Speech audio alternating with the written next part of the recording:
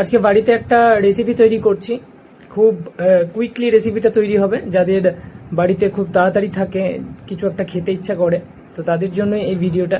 একটা রেসিপি খুব তাড়াতাড়ির মধ্যে তৈরি করে আমরা বাড়িতে নিজেরা বানিয়ে কি করে খাবো, তো সেটাই দেখাবো। তো দেখতে থাকো।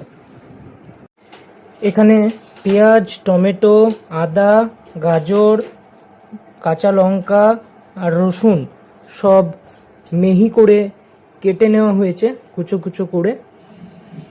আর এদিকে মিক্সিতে পনিরটাকে সামান্য পেস্ট করা হয়েছে। আর এখানটাতে আছে পোস্ত, কাজু বাদাম, আর এখানে সামান্য দই, আর এটা জিরে গুঁড়ো করা হয়েছে, জিরে গুঁড়োর জল এটা। তো এখন রান্নার প্রসেসে আমরা যাব, আর বাকি মশলাগুলো রান্নার সময় দেওয়া হবে। তাহলে তোমরা দেখতে থাকো আমার রান্নার প্রসেস। আগুনের উপর কড়াই চাপিয়ে দেওয়া হয়েছে। এবার গরম কড়াইয়ের সরষের তেল ঢেলে দেওয়া হবে।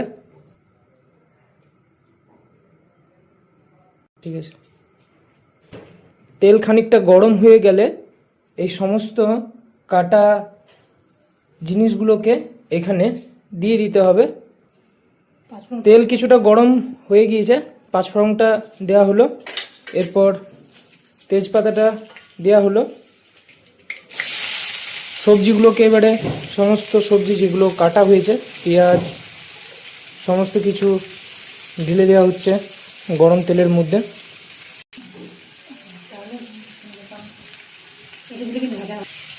এবারে একটু নেড়ে চেড়ে হালকা ভেজে নেওয়ার পর তারপর এই কাঁচা টমেটোগুলোকে দিতে হবে।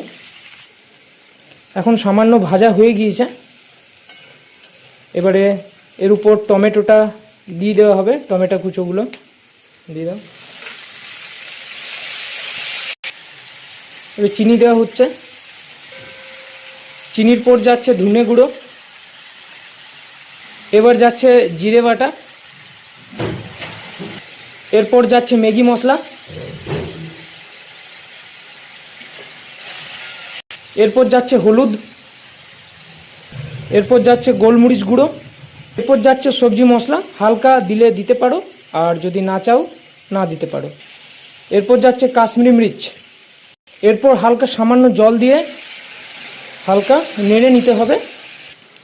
জল দেওয়ার পর এবার সামান্য নুন দিয়ে দিতে হবে, সামান্য বলতে পরিমাণ মতো।